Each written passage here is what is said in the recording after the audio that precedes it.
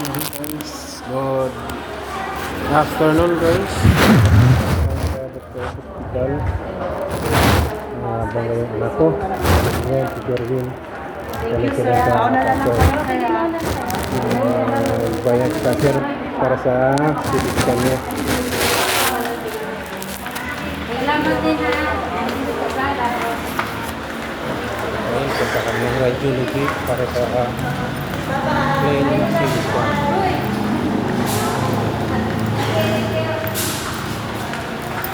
Magkano binayaran? 2018. Tapos sabi niya, wala na pala kami magkakita. Kung baka may bayad sa doktor. Sige ako na lang po. Yung pastamol, Bibilin natin to din. siya nagkakatan din. Hindi na din.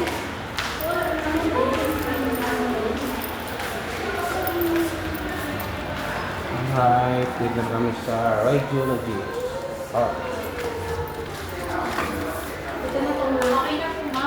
Bali, nag-warm up lang po. Tatawagin ko na lang po kayo ng talaga. Sige. Bali, sige ma, mamaya explain ko na lang po. Tapos kami. Opo, tawagin ko na lang. Halika na. Ay, ito pong ano, sa inyo na po ito. Alin ma? Resibo po. Sige po. Kala ko sa akin. Ma'am, pag binalik namin to sa doktor, may babayaran ka ba? Ma, sabi ko po, diba, radiology. Pero kung ipapacheck up niyo po kasi siya. Tapos na po siya na-check ah. Basta. Pag Wala. last na ito, o iba yung ano. Nasa sa inyo po kasi yan, kung ipapabasa niyo rin Oo nga, sa kailangan doctor kasi yung ipabasa eh. resulta.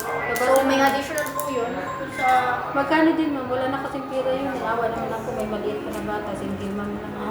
Hindi ko rin kasi sure Siguro ma'am mga sa... 6 years. Sino po bang doktor niyo? Dito rin po ba yung Oh, dito doktor sa niya? taas. Oh, sa Ayun medyo. ma'am, kung ibabalik niyo po for consultation, most probably po meron po talagang additional pa yun kung ipapabasa niyo po yung sa kailangan- Pero kasi po sa amin, may basa po yung doktor namin, yung radiologist dun sa CT scan ng pasyente.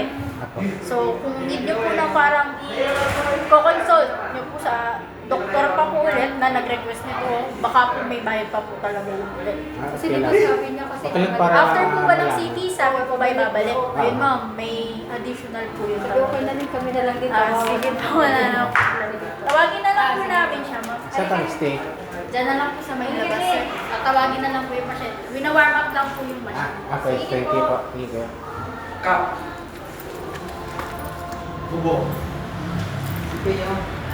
Alright, we're just waiting.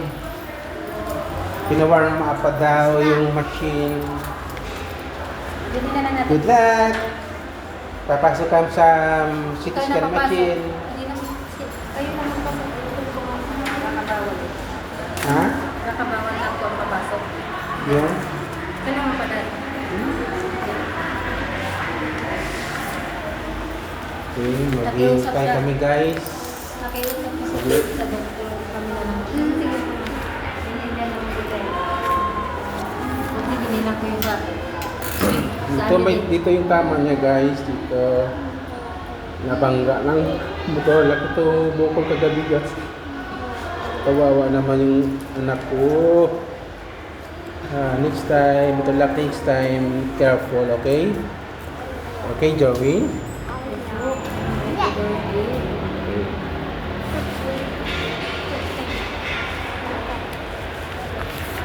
Alright.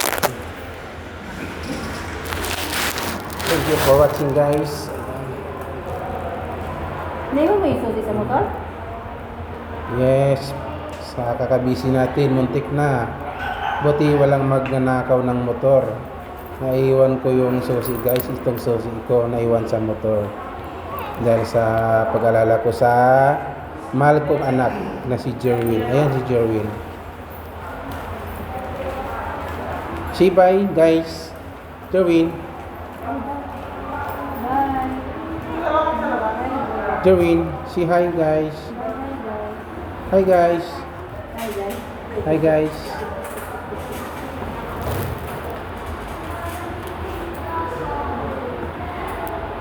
Kaya rin ko naman sinabi, bawal naman, bawal naman. Yan yung sa inyo. Ito na natin. Second opinion namin. Kasi sa ano to, sa Lorenzo, nakita sa ultrasound na mag-expand daw yung atay niya. Nire-refer kami sa doktor na PGI, Gastro. Sabi ko magpapa-second opinion mo na kami. Siya ba? Ano yung atay? I-expand yung atay niya. Yun, yung malaki ganun. Ano gagawin namin? Eh, tinanong kami sa doktor na PGI, magpapa-second opinion mo muna. Tsaka dinahin ko muna namin siya. Sabi ng doktor, bawal sa lahat ng mga ano na pagkain, mga mantika. Fatty food. Salty food, fatty food, soft Bawal siya. drinks. Binawal mo na namin siya doon, tapos isang linggo siya namin dinahin, puro lang, ano lang, steam lang. Pero okay naman, nakain naman. Sabi niya, hindi na lang ako masyadong masakit pa niya kasi dati hindi natin yung ganito niya, lagi Ay, masakit. ganyan sa kapatid ko. Bawal may bitchin, mga may lasa bitchin. Asin lang, okay lang asin. Bawal yung mga malalasa na pagkain. Kaya isang linggo namin siyang tinis na ano, pati kami diet sa pagkain. Ganun talaga, ganyan sa kapatid ko siya. Nahihirap ko na nga daw siya, sabi ang hirap daw kumain ng walang lasa yung pagkain. Sinichik yung dugo niya. Anong kuan, may hipa, gano'n? Mataas yung ano niya, yung platelet count, tsaka yung WBC. Yun mo lang check sa kanya yung dugo. Eh kung hipa test ka, Hindi pa.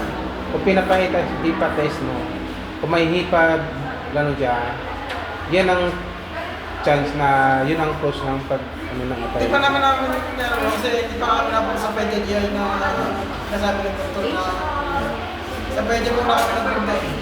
PGI. Kasi usually yan ang mga cause sa ganyan. Ito sa itong laboratory namin ito, ultrasound, galing ang sa PGI niya. Ngayon, pagkalabas ng resulta nito, nire-refer nga kami sa ano, PGI Gastro. Yun ang tinanong sa kanya ng PGI ng doktor niya. Para ko malaman kung bakit nag-expand yung ano, kasabi ko yung anong dahilan, anong reason.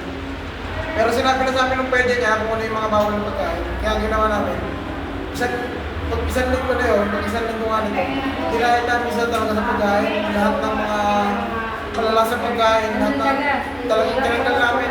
Pati yung kanin yung pagkain niya ng kanin. Sa akin nga, 2 buwan. Pagkain niya ng kanin, konti lang din, takal na takal yung pagkain ng pinagpisa. Sa kapatid ko na yung kidney niya, isa lumiliit niya. Kaya ito din naramdaman niya nga din. Sabi ko sa doktor niya, pagka nakapagpasaya ng opinion kami kapag ganun pa rin, practice ka rin, kailangan ka natin dito sa medyo gasto para malaman kung paano. Kasi sabi sa amin ng doktor niya, yan, itetest nga daw yan, marami ka rin procedure na gagawin. Eh ako bago pa lang naman, kasi nakakapa naman nakakaalam yung mga nalaman sa akin namin na masakit siya.